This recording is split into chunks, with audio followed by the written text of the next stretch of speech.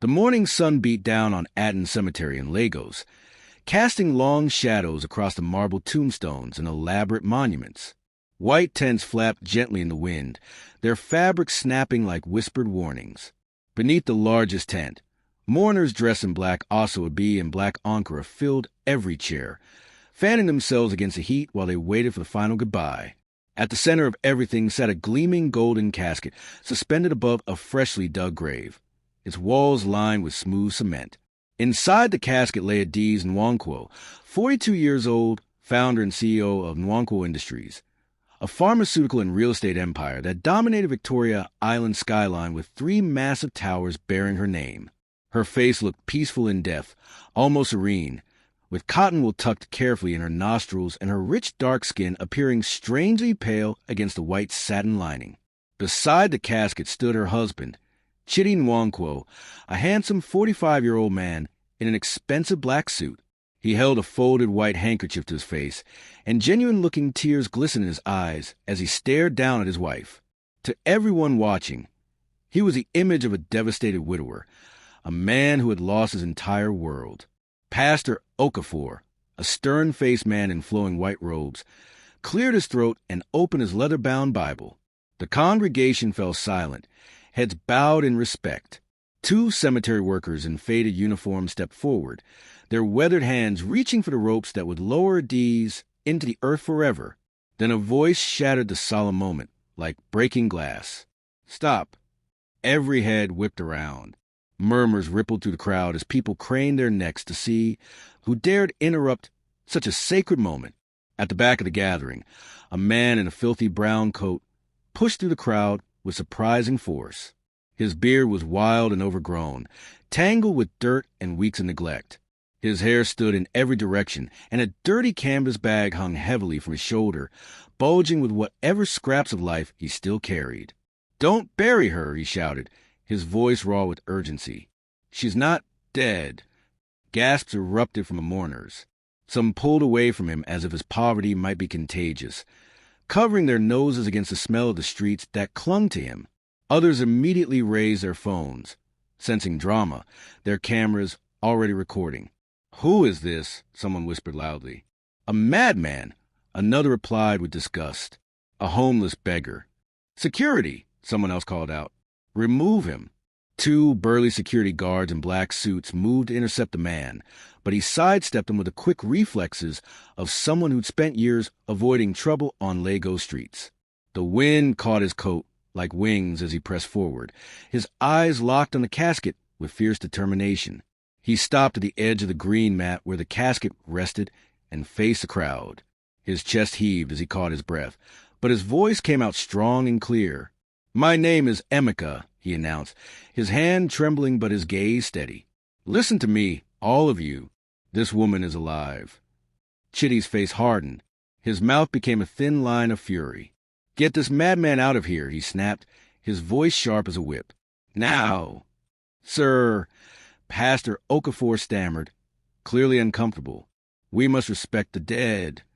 "Adiz is my wife," Chidi interrupted, his voice rising with righteous anger.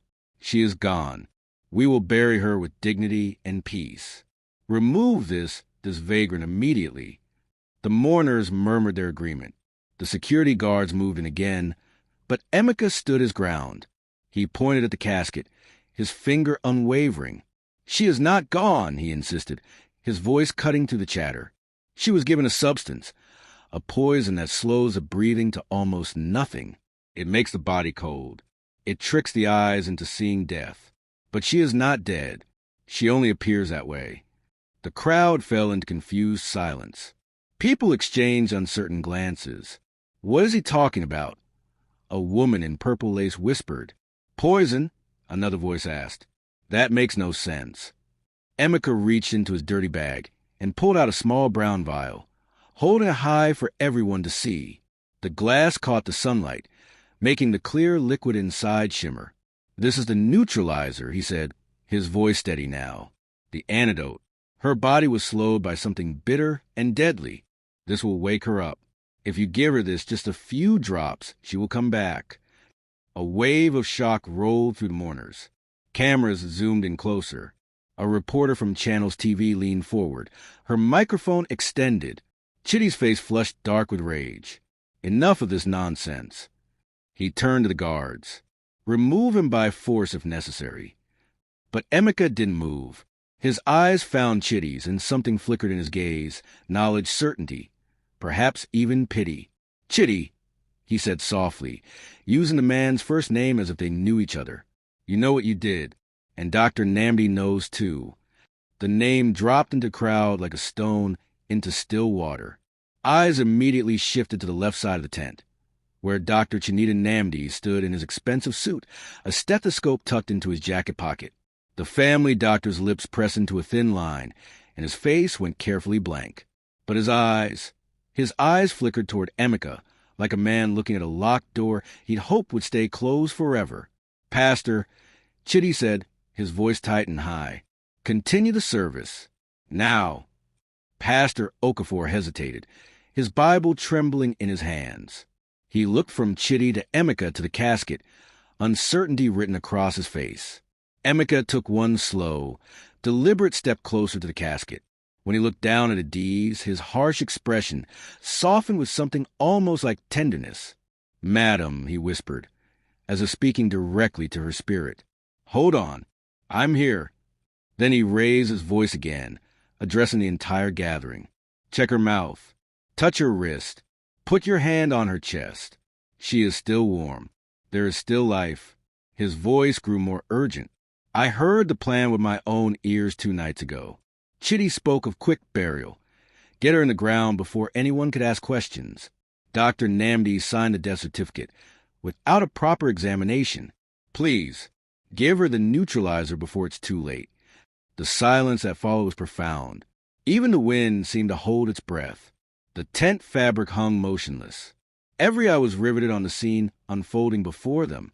Then a woman in purple lace, an elegant gheli, stepped out from the front row. Her hands shook, but her voice was firm. She was Adiz's Aunt Mrs. Okonkwo, a respected woman in Lagos society. "If there's even a small chance," she said clearly, "we should check. What harm could it do?" "That is not necessary," Chitty said quickly, too quickly. Sweat began to shine on his forehead, despite the shade of the tent. "We did everything." The doctor confirmed it. "This is just a sick man's delusion." "Let them check," a man's voice called from the crowd. "Yes. What will it cost to be sure?" another voice added. "Just check her," a third person urged. The murmur grew into a wave, heads nodding, eyes narrowing at Chitty with newfound suspicion. The guards looked uncertain, glancing at each other and then at their employer. Dr. Namdi cleared his throat, forcing a smile that looked more like a grimace. "This is absolutely ridiculous," he said, trying to sound calm and professional. "Grief makes people say strange things. I examined Mrs. Nwankwo personally. I confirmed her death. This man is clearly mentally ill." Emeka turned to face the doctor, his expression gentle but unwavering. "Doctor," he said quietly, "she gave you a hospital. She bought you a Mercedes. She trusted you like family. She helped you when no one else would." Something flickered in Dr. Namdi's eyes, guilt, perhaps, or fear. He looked quickly at Chitty. Chitty gave the smallest shake of his head, a warning, and that tiny gesture, that split second of silent communication, told everyone watching everything they needed to know. Emeka knelt beside the casket and did something completely unexpected. He took off his tattered brown coat and folded it carefully into a makeshift pillow. His hands were dirty, his fingernails black with grime, but his movements were gentle and respectful. "Please," he said to Pastor Okafor, to Mrs. Okonkwo, to anyone brave enough to help me sit her up just a little. She needs air. Then open her mouth. Just one drop, that's all it takes. Silence, the kind of silence that aches, that presses on the chest like a weight." Mrs. Okonkwo, Adiz's aunt, stepped forward. Her gheli was perfectly tied, her jewelry expensive, but her eyes were wet with tears and hope and fear all mixed together. "I am her aunt," she declared. "If there is even one small thing we can do to be certain, we will do it. For her sake." The spell broke.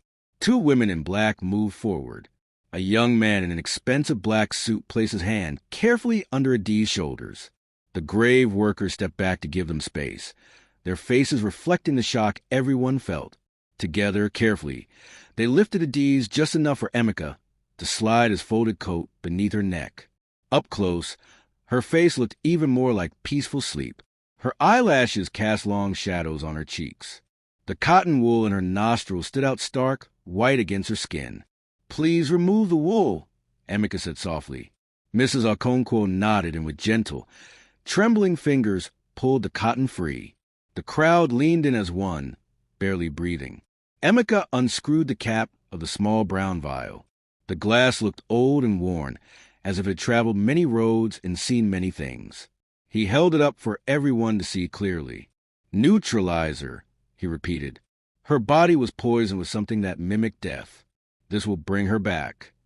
Chitty suddenly lunged forward, but two large men from the crowd stepped between him and Emeka, blocking his path with their bodies.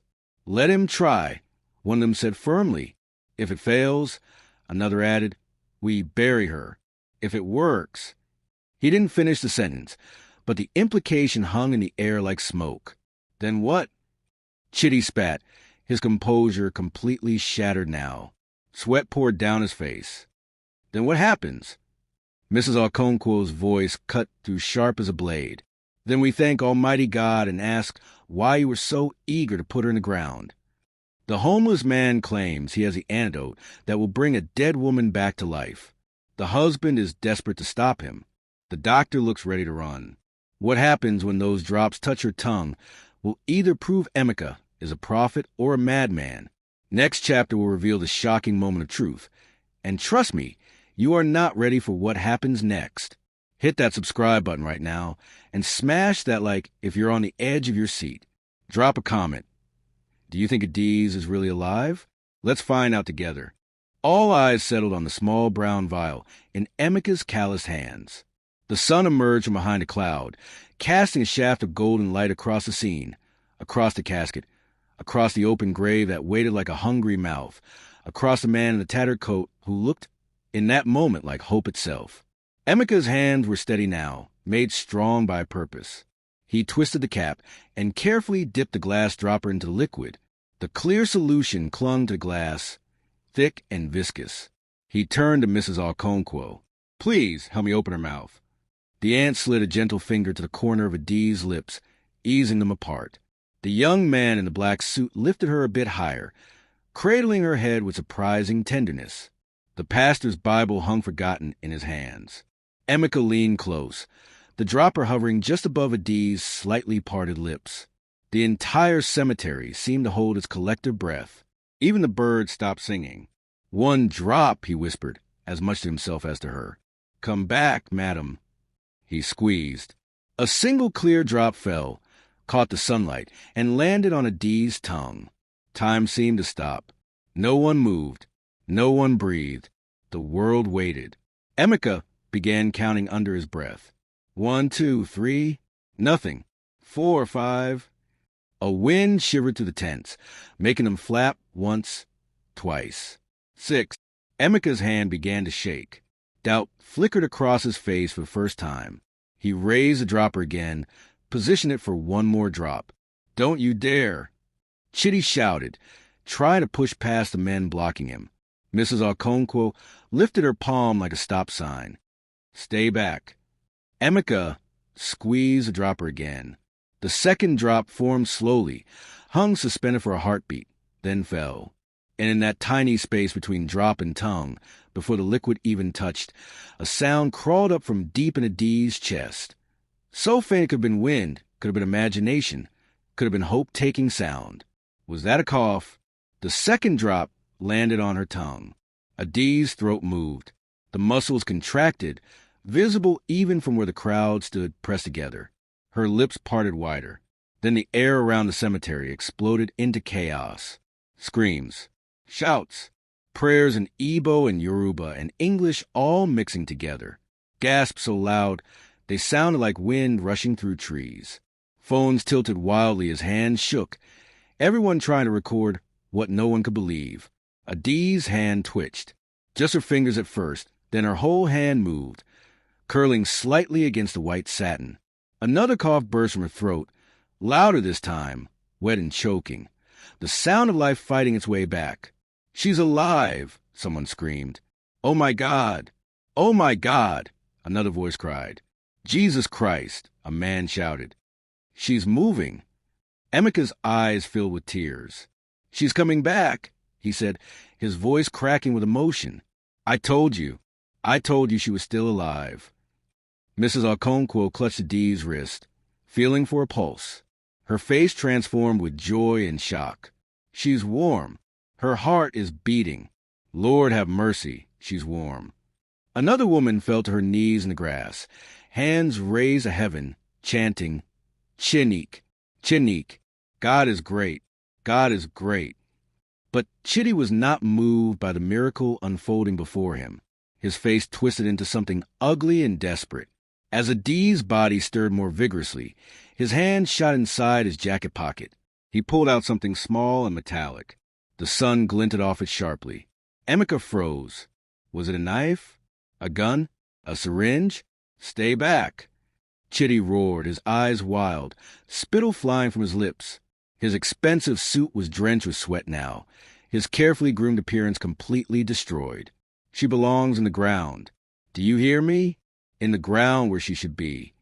Two men in black suits lunged toward him, but he shoved them away with desperate, frantic strength. The crowd surged backward, mothers pulling their children close, elderly people stumbling in their haste to get away. Pastor Okafor dropped his Bible. His voice cracked with fear. "Mr. Nwankwo, please." But Emeka didn't move. He stood his ground between Chidi and Adiz, his ragged coat brushing the grass, his wild beard shaking in the wind. When he spoke, his voice was thunder. "Look at her, Chidi. Look at your wife." Everyone turned. And there it was, undeniable and beautiful and terrible, Adiz's chest, rising and falling. Weak, shallow, but unmistakable. The rhythm of life.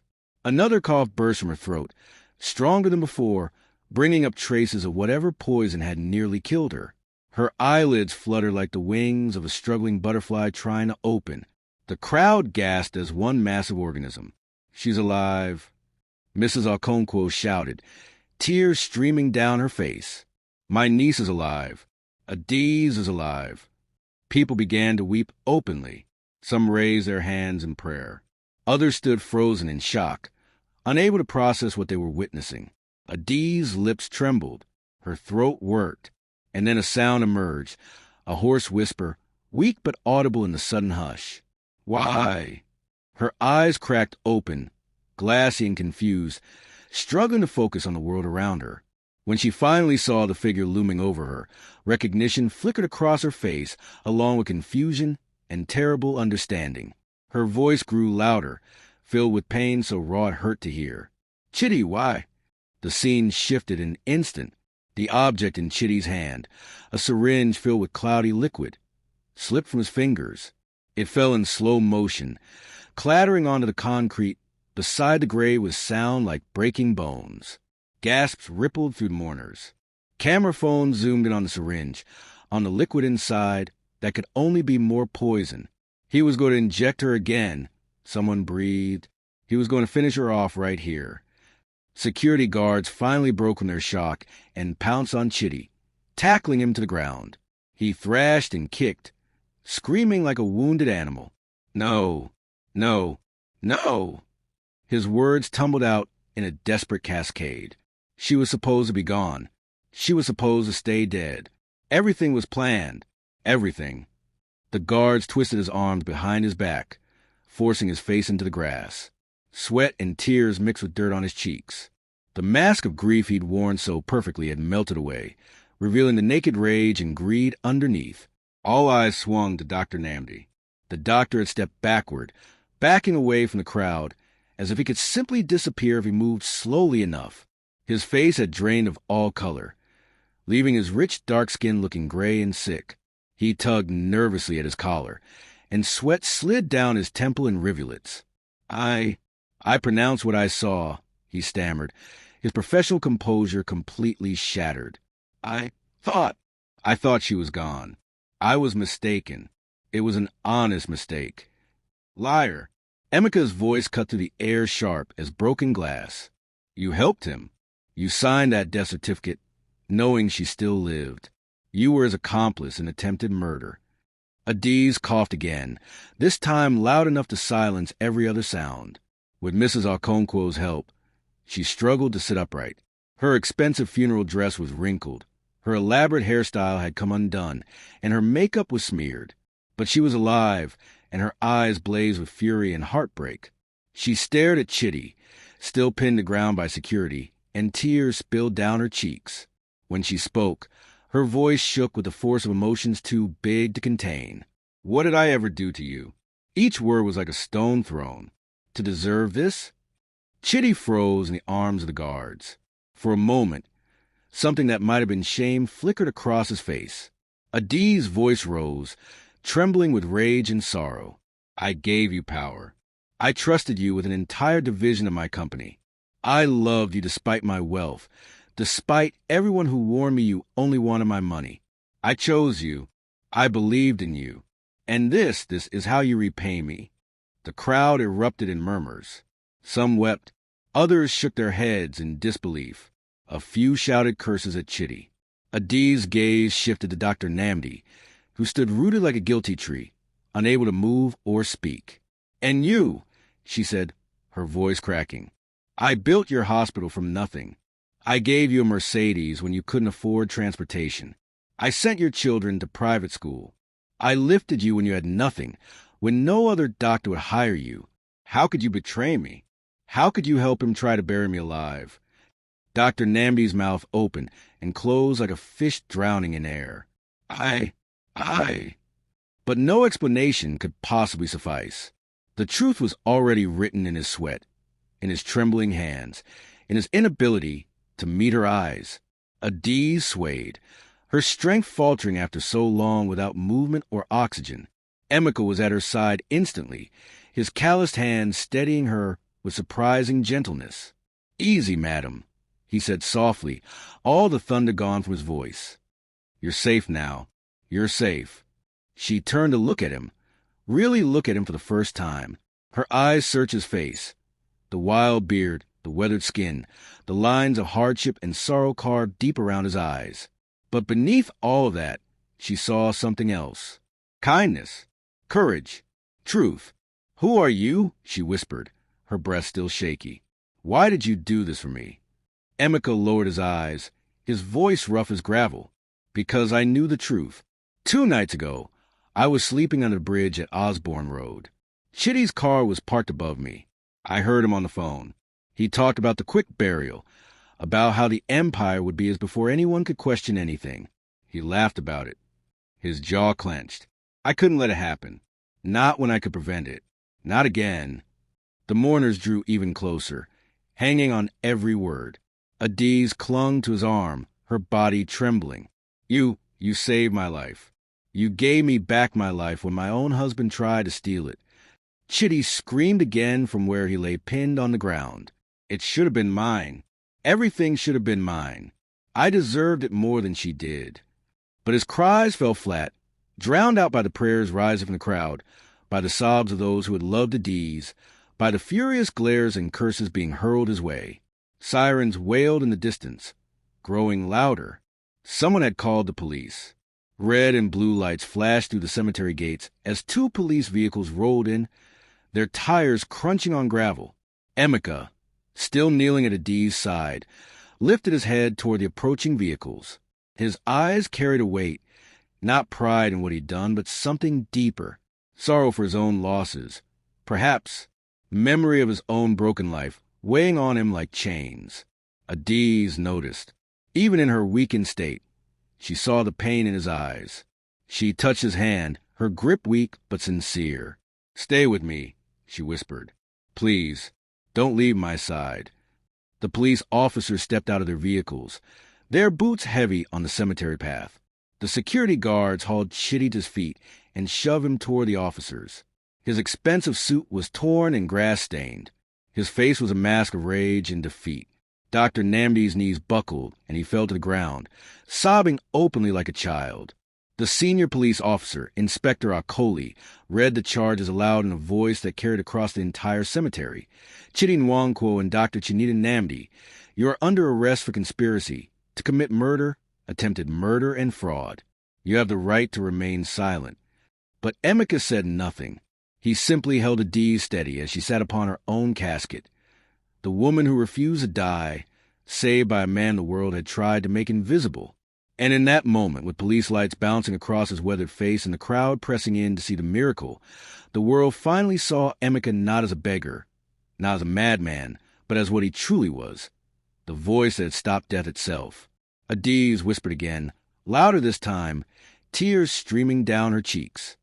Thank you for saving me. And the crowd, still reeling from shock, leaned forward as one, wondering what would happen next. Because this story, this impossible, miraculous story, was only just beginning. She literally came back from the dead. Her husband tried to finish her off right there at the cemetery, but Emeka stood between them like a guardian angel in a tattered coat. But who I asked this man? What tragedy made him the only one brave enough to speak up? Next chapter takes us into the courtroom where the full, twisted conspiracy will be exposed. Don't you dare go anywhere. Hit that like button and subscribe because this trial is going to blow your mind. Quick question. If you heard something suspicious like Emeka did, would you have the courage to speak up even if everyone thought you were crazy? Drop your answer below. The Federal High Court in Ikoyi was overflowing. Every seat in the gallery was taken. Every inch of standing room crammed with people pressing forward to witness the case that had captivated the entire nation. Outside, television vans lined the street 3 deep, their satellite dishes pointed skyward. News anchors whispered urgently into microphones, their faces animated with the biggest story of the decade. The headlines were everywhere, plastered across every newspaper, trending on every social media platform. Billionaire rises from the dead. Husband arrested in shocking murder plot. Homeless hero saves CEO's life. Inside the courtroom, the atmosphere crackled with tension.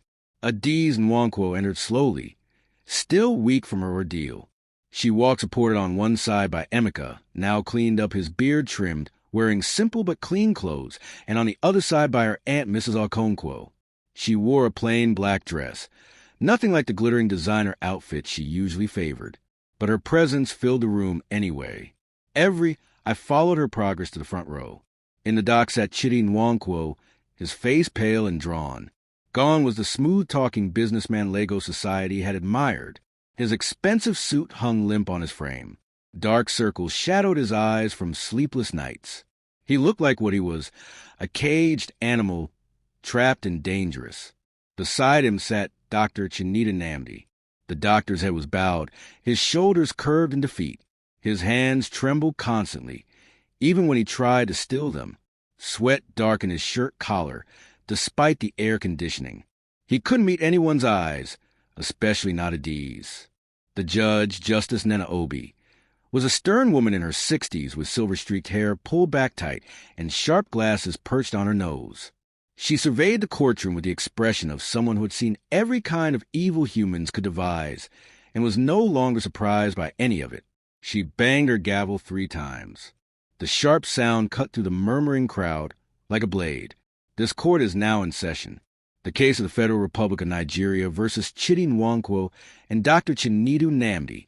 Charges: attempted murder, conspiracy to commit murder, medical malpractice, and fraud.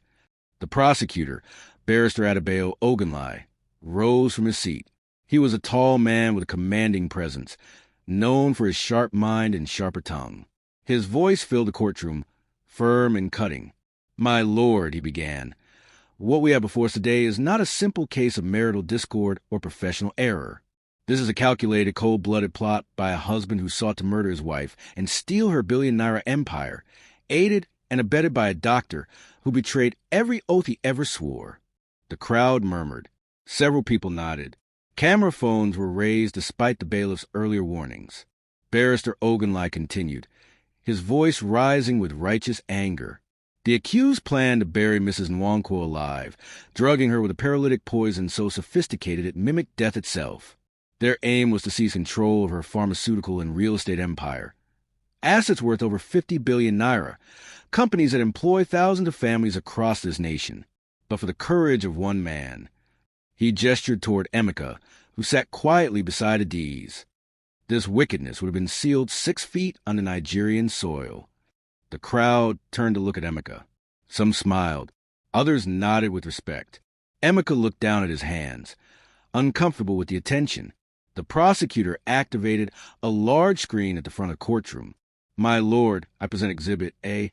The screen flickered to life, showing a photograph of a small syringe filled with cloudy liquid.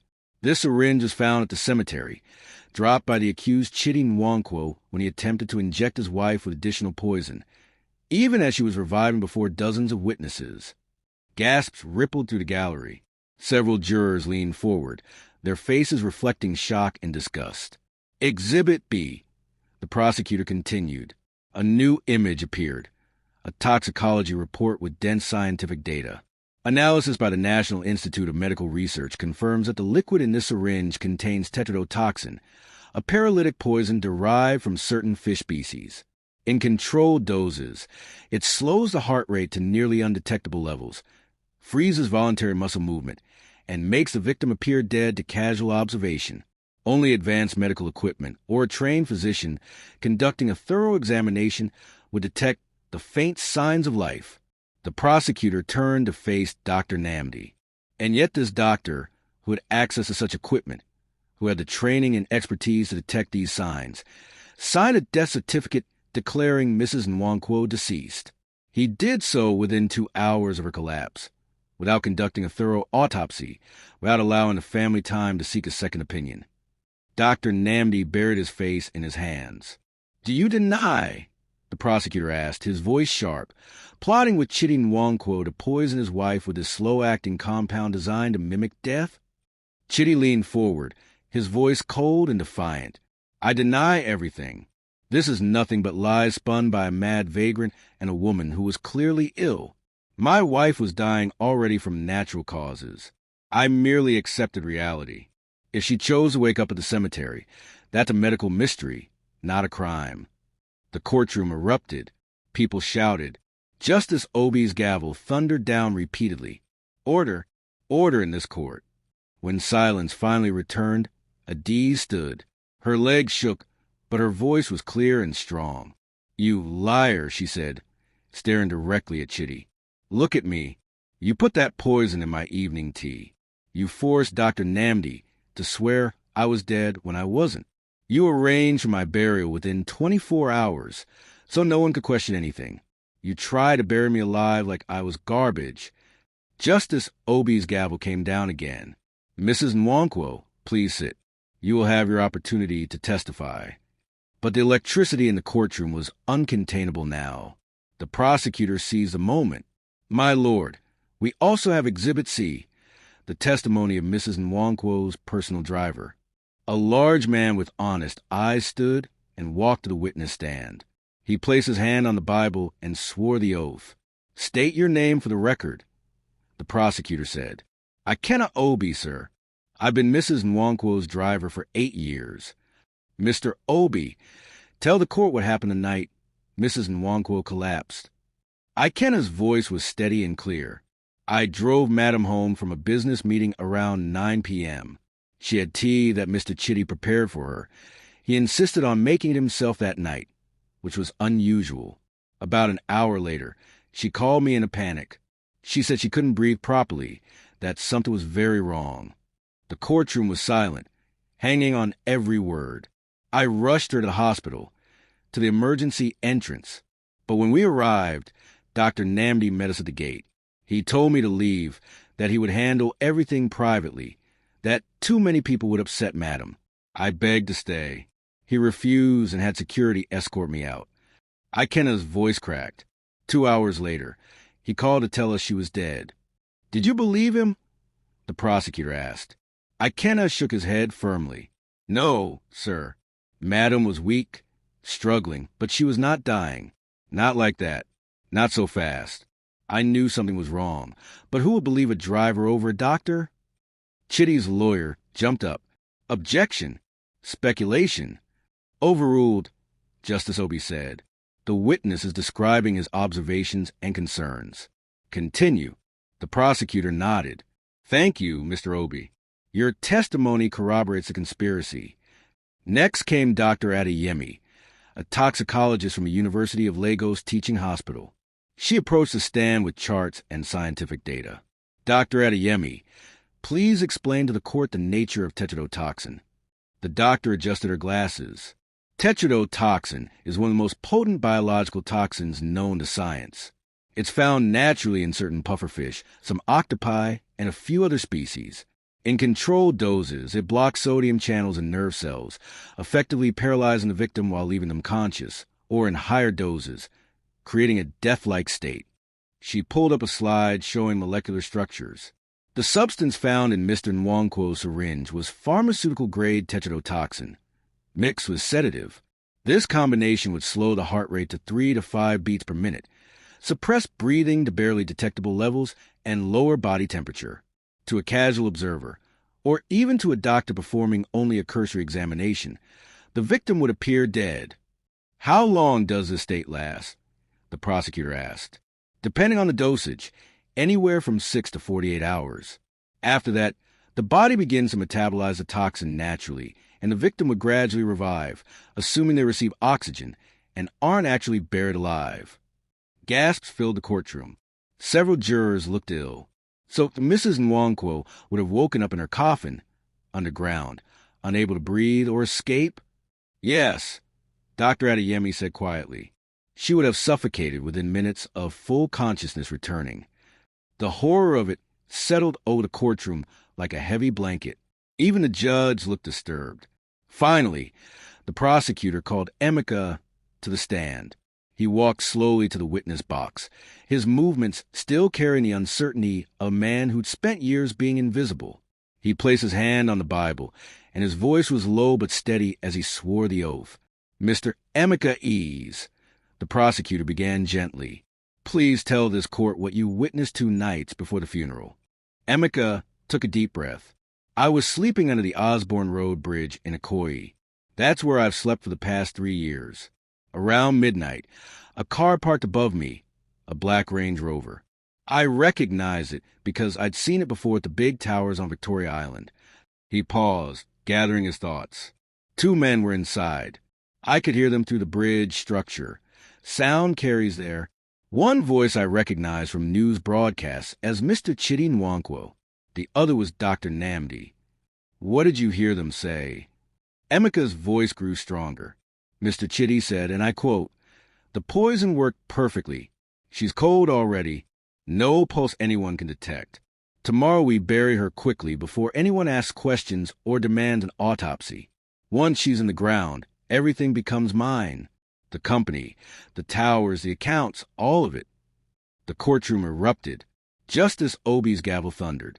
Emeka continued over the noise. Dr. Namdi said he was scared. He said, what if someone checks more carefully? What if they find out? And Mr. Chidi told him, you do exactly as I say or you'll lose everything. Your hospital, your license, your family's future. Stick to the story. She died of cardiac arrest. Quick burial due to cultural traditions. No one will question it. Chidi's face had gone from pale to gray. His lawyer whispered urgently in his ear, what did you do after hearing this? The prosecutor asked. I knew I had to stop them, Emeka said simply. I couldn't let them bury her alive. I failed before to save people I loved. I couldn't fail again. Objection! Chidi's lawyer shouted. This is the testimony of a homeless vagrant with possible mental illness. He could have imagined this entire conversation. He has no credibility. Emeka turned to face the lawyer, and his voice, when he spoke, carried a dignity that silenced the entire room. I may be homeless. I may sleep under bridges. I may look like someone the world has forgotten. But I am not a liar, sir. I have nothing to gain from this. No money, no fame, no reward. I only have the truth to tell. And the truth is that I heard a murder being planned, and I stopped it. Spontaneous applause broke out in the gallery. Justice Obi allowed it for a moment before restoring order. The defense attorney stood for a cross-examination, but his heart clearly wasn't in it. Every question he asked only made Emeka's testimony stronger, only highlighted the consistency of his account. When Emeka finally stepped down, Adiz reached out and squeezed his hand. Tears streamed down her face. Then came the moment everyone had been waiting for. Justice Obi turned to Chidi. "Mr. Nwankwo, you have heard the charges, the scientific evidence, the eyewitness testimony. Do you have anything to say before this court passes judgment?" Chidi stood slowly. His expensive lawyers had probably advised him to stay silent, but rage and arrogance won out. His face twisted with emotions he could no longer control. "Yes," he said, his voice cracking. "I have something to say." He turned to face the gallery, to face Adiz. "I loved you once, Adiz. I truly did. But you loved your empire more than you ever loved me. Everything was always about your companies, your billions, your power, your success. What was I? A shadow in your house, a husband in name only, an accessory to parade at your business functions." Adiz flinched as if struck. Chidi's voice grew louder, his fist shaking. "I was supposed to share in your glory, to be your partner, your equal. But you treated me like an employee, like a servant, like I was lucky just to be in your presence. So yes, I wanted what was rightfully mine. I wanted to finally be the man, to have the power, to control the empire I helped you build." "You helped me build?" Adiz's voice cut through his rant. She stood, trembling with fury. "You helped? I built that empire before I ever met you. I worked 18-hour days while you played golf. I made the deals while you spent the money. You contributed nothing but your presence at dinner parties." Chidi's face flushed dark red. "So yes, I did it. I wanted it all. If you had to die for me to finally be someone important, then so be it. I regret nothing." Chaos erupted. Shouts of outrage filled the courtroom. Justice Obi's gavel came down like thunder. "Order! Order!" But the damage was done. Chidi had just confessed to attempted murder in open court. His words recorded by dozens of cameras and phones. Dr. Namdi, seeing his co-conspirators' complete collapse, broke down entirely. He fell to his knees in the dock, sobbing. "Forgive me," he wailed. "Forgive me, Mrs. Nwankwo. I was weak." He threatened everything I had. "I betrayed my oath. I betrayed you. I betrayed God. I deserve death." Justice Obi let the silence stretch. When she finally spoke, her voice was cold and final. "This court has heard enough. The evidence is overwhelming. The confession is clear." She turned to Chidi. "Chidi Nwankwo, you are guilty of conspiracy to commit murder, attempted murder, and fraud of the highest order. You attempted to steal not only a woman's wealth, but her very life. You are hereby sentenced to life imprisonment with hard labor. May your chains remind you every day of the life you tried to bury." Chidi screamed as guards moved toward him. "It should have been mine. All mine. I deserved it." Justice Obi's gavel came down again. "Dr. Chinita Namdi, you are guilty of conspiracy to commit murder, medical malpractice, and betrayal of your professional oath. You are hereby sentenced to life imprisonment. You will never again hold another person's life in your hands." Dr. Namdi simply collapsed. Two broke an even stand as police officers lifted him and led him away. Court dismissed. The gavel struck one final time, and it was over. The gallery erupted, some clapping, others weeping, everyone buzzing with the weight of what they'd witnessed. Reporters rushed out to file their stories. Camera crews transmitted live footage around the world. Adiz sank into her seat, exhausted. Her body trembled with relief and pain, and 1,000 emotions she couldn't name. "It's over," she whispered. "It's finally over." But Emeka shook his head gently. "No, madam, it's only the beginning. You have your life back now. What will you do with it?" She turned to him, her eyes soft with gratitude. "I wouldn't be here without you. You have no home, no family, nothing, yet you gave me everything. Emeka, from this day forward, you walk with me." Emeka's throat tightened. Tears welled in his eyes. For the first time in 3 years, he felt seen, valued, human again. As they left the courtroom together, Adiz, her aunt, and Emeka at her side, the crowd outside roared like a storm. Cameras flashed. Voices chanted his name. Emeka! Emeka! The man who stopped death. And though chains had closed on Chitty and Dr. Namdi, new doors were opening, doors that neither Adiz nor Emeka had ever imagined before. The battle for justice was won, but the journey of redemption had only just begun. Guilty, life in prison for both of them. But this story goes so much deeper than justice. Who is Emeka really? What tragedy haunts him? And how will Adiz repay the man who gave her back her life? Next chapter will reveal Emeka's heartbreaking past and show you a transformation that will make you believe in second chances again. Hit that subscribe button and ring that notification bell. You need to see what happens next. Quick question. Do you think Dr. Namdi deserved the same sentence as Chitty, or should his punishment have been different since he was threatened? Drop your thoughts below. The heavy doors of Adiz's mansion in Banana Island open to a new season. The sprawling estate, with its marble floors and crystal chandeliers, had once been filled with the presence of a man who had plotted her death. Now those same halls breathed fresh air, sunlight streaming through windows that had been kept closed for too long. After the trial ended and Chitty and Dr. Namdi were led away to Kirikiri Maximum Security Prison, Adiz refused to let Emeka disappear back into the shadows of Lagos streets. She'd given him a guest wing in her mansion, had his beard professionally trimmed, bought him new clothes. But more than that, she'd given him something he'd lost years ago: purpose. One evening, about 2 weeks after the trial, Adiz led Emeka into her private study. It was a beautiful room lined with mahogany shelves, leather-bound books stacked in neat rows, and a single lamp casting warm golden light across a massive desk. She poured 2 glasses of Chapman, a sweet Nigerian cocktail, and gestured for him to sit in one of the comfortable leather chairs. For a long time, they sat in companionable silence, sipping their drinks and listening to the fountain trickling outside the window. Finally, Emeka spoke.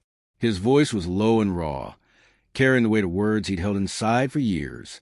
Madam Adiz, there's something I need to tell you, something I've carried alone for too long. Adiz leaned forward, her eyes gentle with concern. I'm listening. He swallowed hard, his calloused hands gripping the glass. I wasn't always like this. I wasn't always homeless, sleeping under bridges like an animal. I had a life once, a good life. He paused, gathering courage. I was a software engineer. I worked for one of the telecommunications companies here in Lagos. Good salary, benefits, respect. I had a wife, Chioma, and a daughter named Adana. Beautiful girl, smart as a whip. She was 7 years old. Tears began to gather in his eyes, but he pressed on. I thought I had everything. I worked hard, provided well for my family. Chioma never lacked anything. Adana went to private school. We had a nice flat in Surulere. Life was good. What happened? Adiz asked softly. Emeka's voice broke. I lost my job during one of the company's downsizing rounds. I couldn't find new work for months. The economy was bad. Tech jobs were scarce. Money got tight. Very tight. I started taking odd jobs, anything I could find, but it wasn't enough. He set his glass down with trembling hands.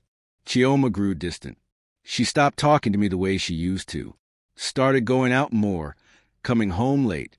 I was too proud to ask questions, too focused on trying to find work to notice what was happening. Tears spilled down his cheeks now. One day, I came home early from a job interview that had gone badly. The house was empty. Completely empty. Chioma had taken everything. The furniture, the clothes, even Adana's toys.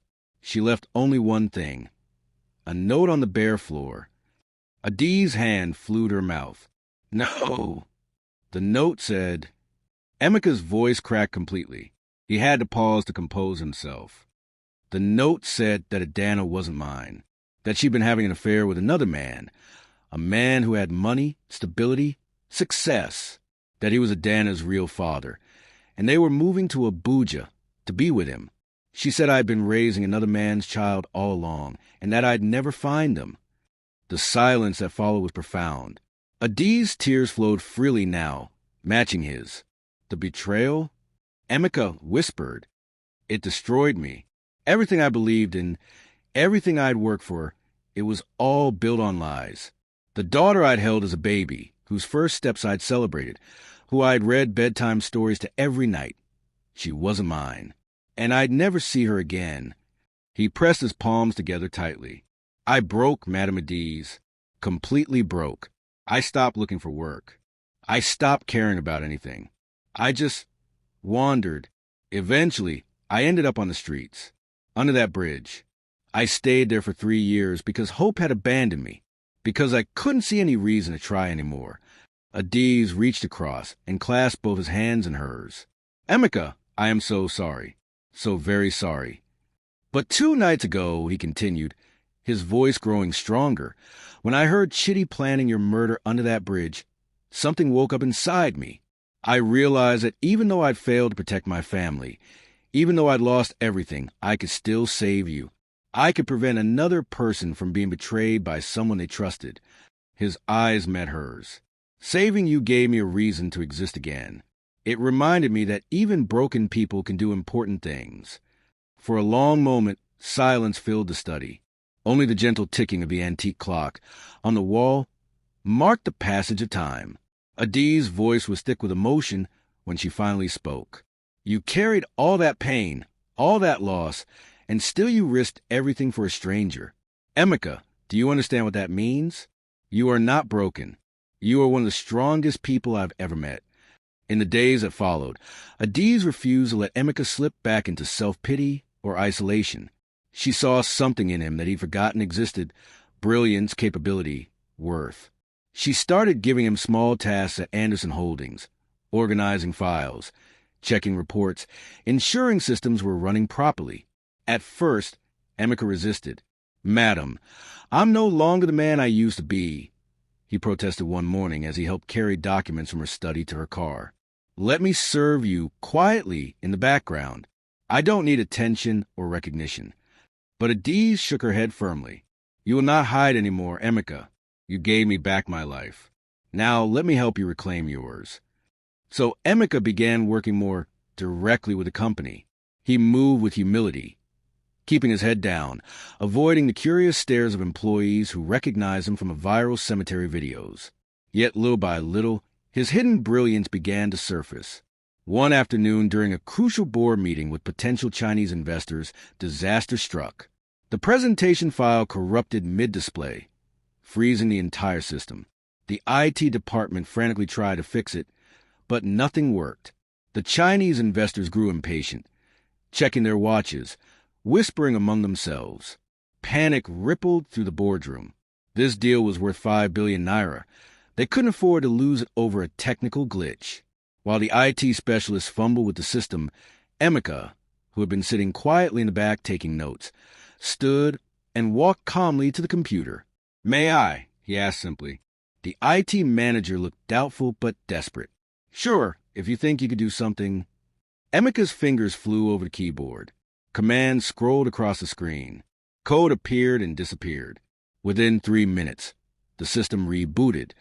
The files were restored, and the presentation appeared perfectly on screen. The room fell silent.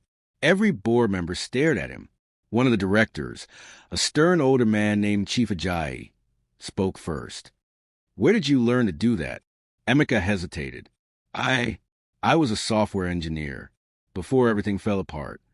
Adiz stood, her face glowing with pride. She addressed the board with authority.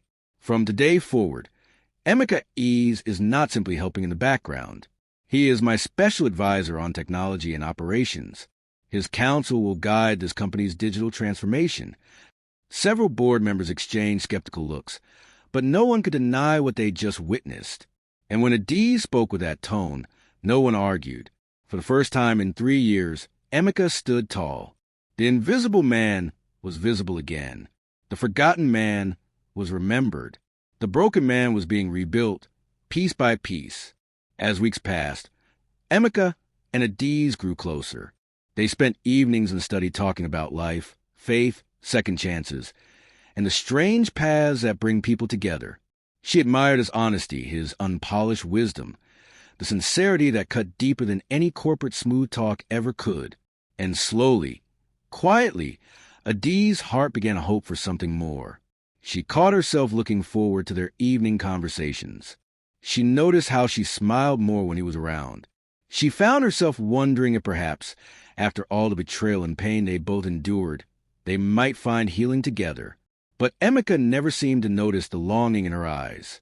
One afternoon, as they strolled to the mansion's extensive gardens, Emeka spoke with unusual excitement. "Adiz," he said. He finally stopped calling her madam, after she'd insisted repeatedly. "There's someone I want you to meet." Her heart skipped. "Oh!" Her name is Obiageli. Everyone calls her Obi. She volunteers at the church I've been attending in Suralere. She's kind, gentle, patient. She makes me smile again. She makes me feel like maybe I could have a future after all. Adiz's heart clenched painfully in her chest, but she forced herself to smile even as something inside her broke quietly. "That's wonderful, Emeka. I'm so happy for you." That night, Adiz cried alone in her bedroom. She'd been foolish to hope, foolish to imagine that the man who saved her life might also heal her lonely heart. But by morning, she'd made a decision.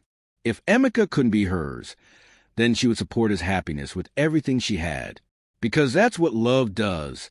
It wants what's best of beloved, even when it hurts. When Emeka proposed to Obiageli 3 months later, Adiz insisted on sponsoring the entire wedding. "It is my honor," she told him, her smile hiding the bittersweet ache in her heart. "You saved my life. Let me give you the wedding you deserve." The wedding day was beautiful. The gardens of the luxury hotel in Ikoyi were decorated with white roses and gold drapes. Emeka stood at the altar in a sharp navy blue suit, his eyes glowing with joy and hope. Obiageli, a lovely woman with a kind smile and gentle eyes, walked toward him in an elegant white gown with traditional Igbo coral beads. Adiz watched from the front row, her eyes glistening. Though her heart had once longed for him, she felt genuine peace watching him happy. When they exchanged vows, promising to love and cherish each other, she clapped with real joy. "This is what he deserves," she whispered to herself. Love, laughter, a new beginning. But life had surprises for Adiz, too. 2 months after Emeka's wedding, at a charity gala organized by the Lagos Business Forum, Adiz met Chukwuma Okafor, a businessman known not for flashy wealth, but for his genuine humility and compassion. Unlike Chitty, who had seen her only as a money tree to shake, Chukwuma saw her as a person, a survivor, a warrior, someone who had walked through death and come out stronger. He admired her not for her billions, but for her character. Their friendship grew slowly at first. Coffee meetings turned into dinner conversations. Business discussions evolved into sharing personal stories. Chukwuma brought laughter back into Adiz's life, reminded her that not all men were like Chitty, showed her what partnership could look like when built on mutual respect. When Chukwuma proposed 6 months later, Adiz said yes. At her wedding, Emeka and Obiageli sat proudly in the front row, clapping as she walked down the aisle in a stunning traditional George wrapper and blouse, her head wrapped in an elaborate geli that sparkled with gold. This time, there were no tears of regret, only gratitude. Both of them had found love again, just not with each other. And perhaps that was perfect. 2 people who nearly lost everything found love again, and discovered that sometimes friendship is the greatest love of all. But this story isn't over yet. Next chapter will show you the ultimate test. Forgiveness. What happens when a man who tried to bury Adiz alive asks for mercy after 10 years in prison? You absolutely need to see this. Hit that subscribe button and share this video. The ending will restore your faith in humanity. Quick question. Do you think Adiz made the right choice accepting that Emeka loved someone else, or should she have told him how she felt? Let me know in the comments. 1 year after both weddings, life blossomed in ways neither Adiz nor Emeka could have imagined during their darkest days. Emeka and Obiageli welcomed a baby boy they named Chukwudi. God exists, a name that celebrated the miracle of second chances. Around the same time, Adiz and Chukwuma celebrated the birth of their daughter, whom they named Ifeoma. Good thing. On a golden Sunday evening, both families gathered in Adiz's mansion gardens. The setting sun painted the Lagos sky in brilliant oranges and purples. Children's laughter filled the air. Not just baby coos, but also the shout of Adi's nieces and nephews playing tag among the carefully trimmed hedges. Emeka sat in a comfortable garden chair, gently rocking little Chiquiti in his arms. The baby's eyes were closed, his tiny fist wrapped around his father's finger. Across from him, Adiz held Ifioma close to her chest, the baby girl making small, satisfied sounds as she nursed. Chukwuma and Obiagili stood nearby at the grill, laughing together as they argued playfully about how long to cook the suya and whether the jollof rice needed more spice. Emeka and Adiz's eyes met across the space between them. Without words, they both remembered the cemetery, the casket, the moment death almost won. They remembered the bridge where despair had lived. They remembered the courtroom where justice was served. Tears filled their eyes simultaneously. "We made it," Emeka said softly. "Yes," Adiz whispered back. "We made it." But one name from their past had not been forgotten. One shadow still lingered even in all this light. William's Chidi Nwankwo. In Kirikiri Maximum Security Prison, Chidi had become a broken man. The arrogance that once fueled him had been ground down by the weight of iron bars, concrete walls, and the crushing reality of his crimes. Life behind those walls had been brutal. The wealthy businessman who once dined in five-star restaurants now ate watery beans from a dented metal plate. The man who once slept on silk sheets now lay on a thin mat crawling with bedbugs. The respect he commanded through money had evaporated, replaced by the cruel hierarchy of prison life where he was just another inmate, another number, another failed man paying for his sins.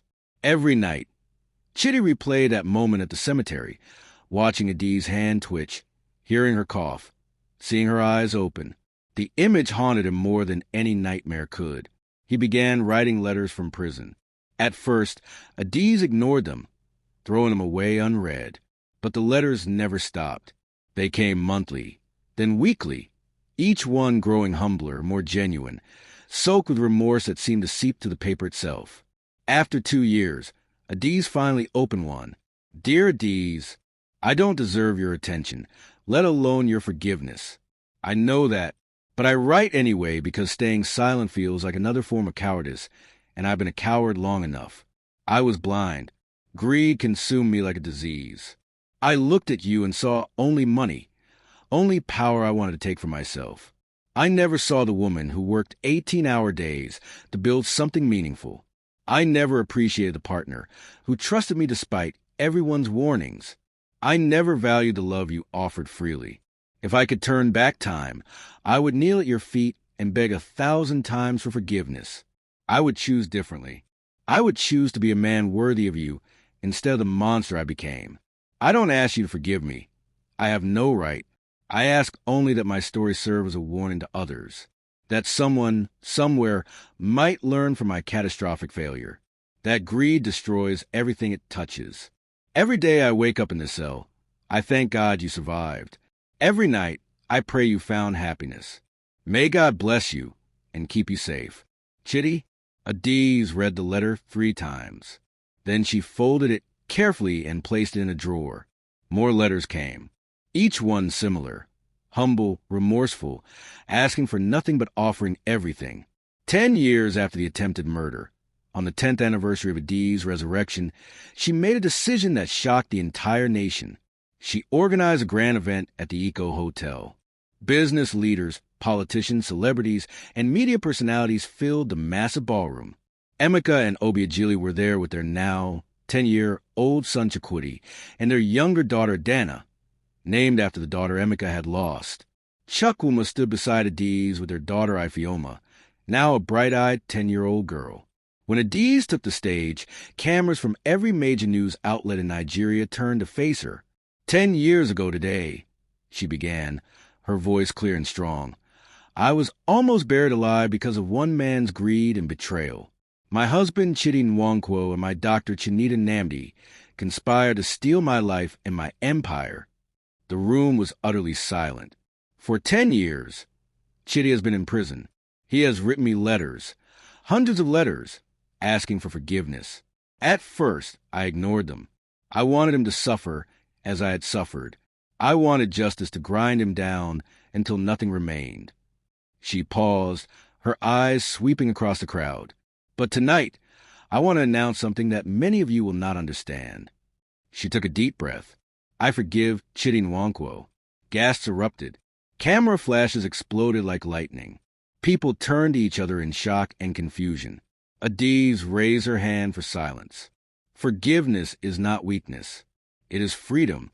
For 10 years, I have carried the weight of what he tried to do to me. I have let it shape my decisions, color my relationships, and occupy space in my heart that should be filled with joy. Her voice grew stronger. If my survival is to mean anything, if my second chance at life is to have purpose, then it must teach us that love, not vengeance, writes the final chapter. Hate keeps us chained to people who hurt us. Forgiveness sets us free. She looked directly into the cameras. Chidi Nwankwo, wherever you are, I forgive you, not because you deserve it, but because I deserve peace. I deserve to live without bitterness poisoning my beautiful life. I choose love. I choose mercy. I choose to let you go. The room remained silent for several heartbeats. Then someone started clapping. Then another. Then the entire ballroom erupted in applause. Some people standing, others weeping. Everyone moved by the power of grace. 3 weeks later, after legal processes were completed, Chidi walked out of Kirikiri prison. He was only 55 years old, but he looked 70. His once perfect posture was stooped. His hair had gone completely gray. Deep lines carved his face, each one a map of regret. He had nothing left. No wealth, no family, no reputation. The man who had once controlled millions now lived in a tiny rented room in Ajigunle, one of Lagos's poorest neighborhoods. He worked odd jobs, cleaning, lifting, whatever he could find, just to afford rice and beans. Whenever he saw Adiz on television, smiling with Chukwuma, laughing with Ifeoma, speaking at business conferences, he would sit alone in his small room and weep. "Greed destroyed me," he would whisper to the empty walls. "Let my mistake teach others what I failed to see. Let my life be a warning." He never tried to contact Adiz directly. He understood that her forgiveness was a gift, but it didn't mean relationship. It meant release for both of them. Meanwhile, back at the mansion, life continued to flourish. Emeka had become the chief technology officer of Anderson Holdings, overseeing digital transformation across all Adiz's companies. Obiageli worked as a social worker, helping homeless people find shelter and purpose, the same kind of help Emeka had once needed. Chukwuma had merged his business consulting firm with Adiz's empire, and together they'd expanded into affordable housing and healthcare, using their wealth to lift others. The children, Chikwudi, little Adana, and Ifeoma, grew up together like siblings, running to the mansion gardens, unaware of how close their parents had come to never meeting at all. One evening, as the sun set over Lagos, Adiz and Emeka sat together in the garden while their spouses prepared dinner and the children played. Emeka bounced baby Adana on his knee, his second daughter, the one he could actually raise. Adiz watched him with a smile, remembering the broken man who had stumbled into that cemetery 4 years ago. "Do you ever think about that day?" she asked quietly. "The funeral?" Emeka nodded slowly. "Every day. How could I not? That was the day both our lives changed forever. You gave me back my life," Adiz said, her eyes glistening. "But I think maybe I gave you back yours too." Emeka smiled, looking down at his daughter. "We saved each other, I think.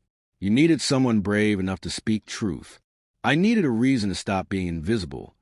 They sat in comfortable silence for a moment, watching as young Chikwudi taught Ifeoma how to kick a football across the grass. The boy was patient with her, just as Emeka had once been patient with his first Adana. "Do you ever regret forgiving Chidi?" Emeka asked suddenly. Adiz considered the question carefully.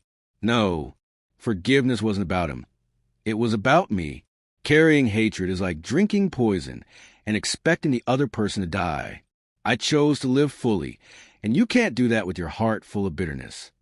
"You're wiser than I am," Emeka said. "I still struggle sometimes with forgiving Chioma, with letting go of the anger about Adana. But you named your new daughter after her," Adiz pointed out gently. "That's its own form of forgiveness, isn't it? Honoring what you loved even though it hurt you." Emeka's eyes grew moist. "I suppose you're right.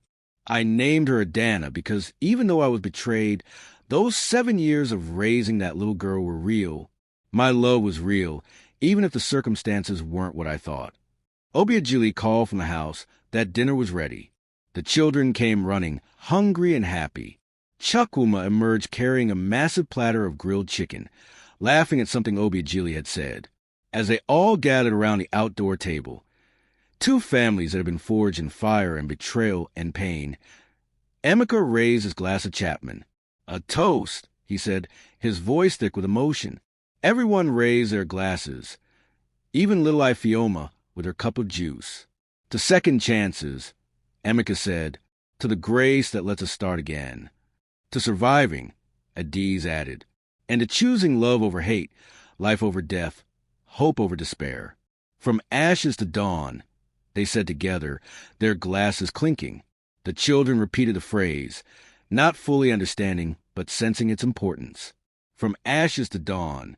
As the adults laughed and the meal began, the Lagos sky deepened into twilight. Stars began to appear, tiny points of light in the vast darkness, just like hope appearing in the darkest moments of their lives. Somewhere across the city, in a tiny room in Ajigunle, Chidi sat alone. He'd just finished watching a news segment about Adiz's latest philanthropic project, building a hospital in one of Lagos's poorest neighborhoods, free health care for those who couldn't afford it. He whispered to the empty room, his voice broken but sincere, "Use me as a warning, God. Let others learn what cost me everything. Greed is a fire that burns everything it touches. I had love, and I traded it for gold. I had life, and I traded it for death. Let my story save someone else." Back at the mansion, as the evening wound down and the children were put to bed, Adiz stood at her bedroom window, looking out over the city. Chukwuma came up behind her, wrapping his arms around her waist. "What are you thinking about?" he asked softly. "About how strange life is," she replied. "For years ago, I was in a coffin. Today, I have everything: love, family, purpose, peace. If Emeka hadn't been brave enough to speak up, none of this would exist. But he was brave," Chukwuma reminded her. "And so were you. You chose to believe him when everyone else thought he was crazy. You chose to forgive when vengeance would have been easier. You chose life over and over again." Adiz turned in his arms to face him. "We all get to choose, don't we? Every day.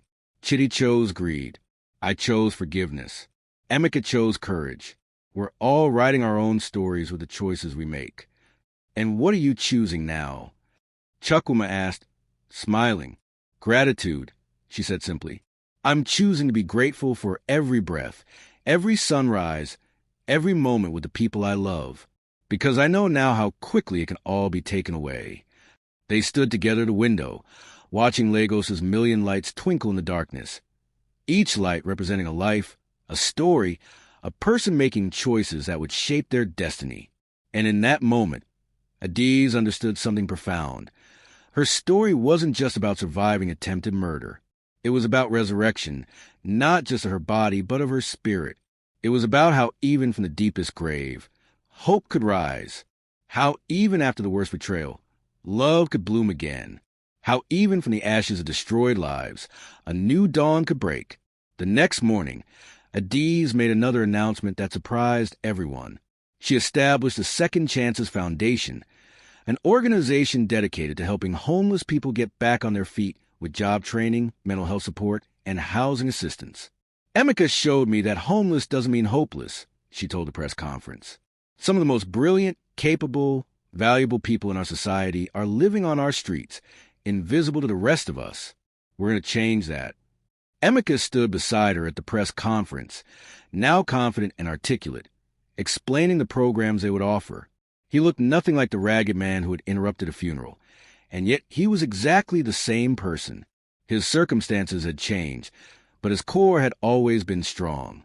He just needed someone to see it. The foundation became Emeka's primary focus. He worked with former homeless individuals, helping them rebuild their lives just as it had been rebuilt.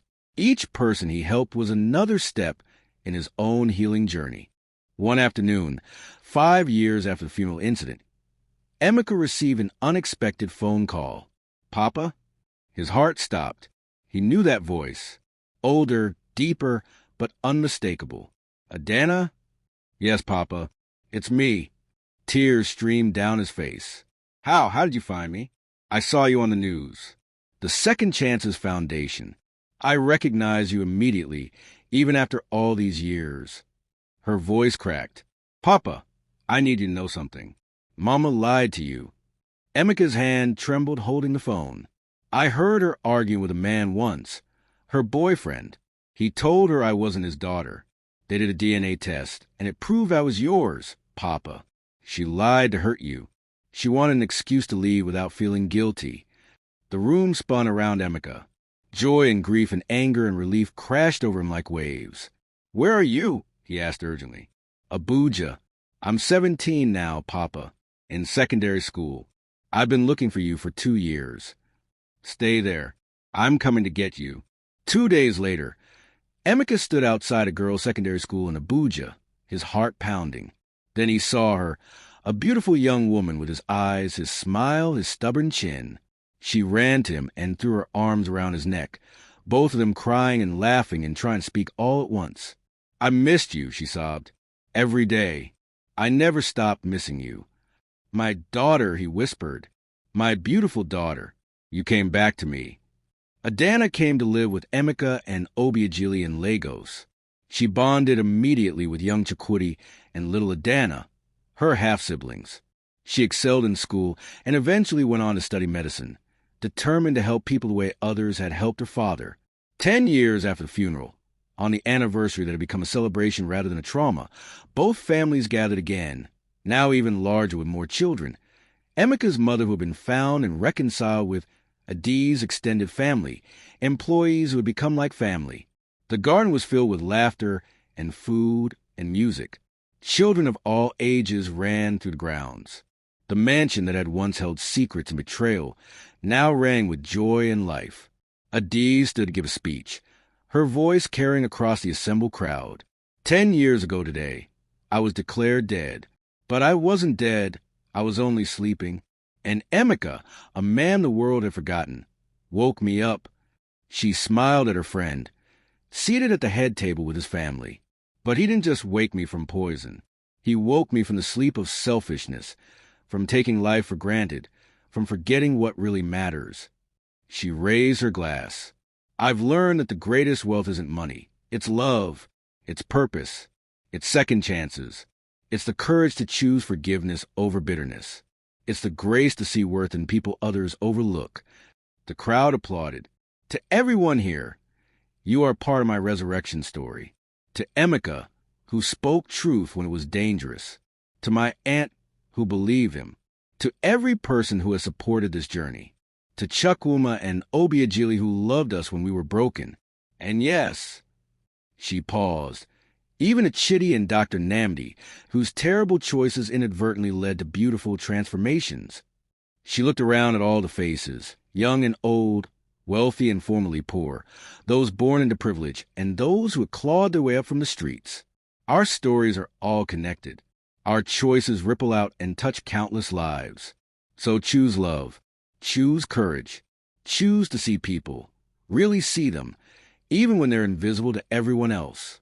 Because you never know when your choice to care might save a life. As the sun set on that 10th anniversary, painting the Lagos sky in brilliant golds and purples and reds, the gathered families watched together. They didn't speak of Chidi anymore, or Dr. Namdi, or betrayal, or poison, or graves.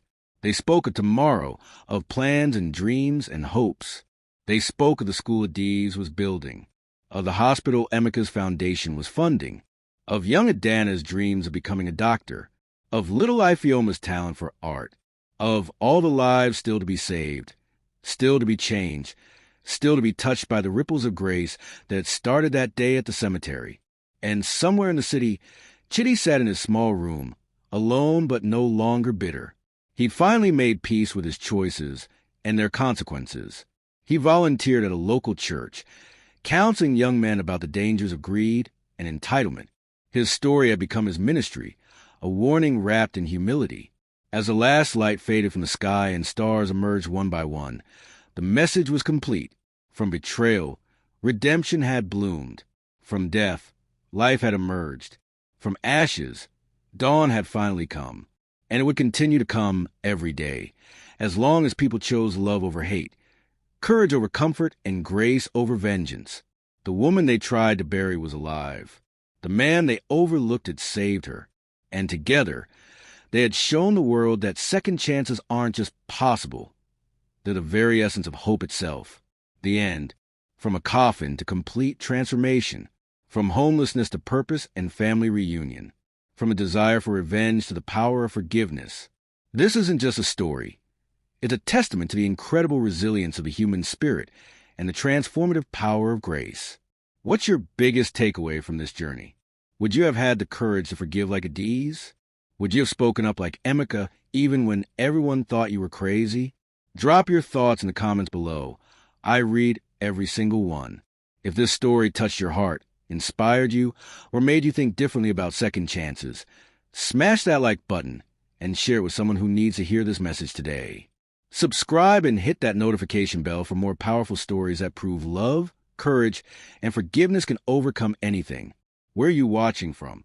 Let me know your country in the comments. Remember, your setback might just be the setup for your greatest comeback. From ashes to dawn, my friends. From ashes to dawn.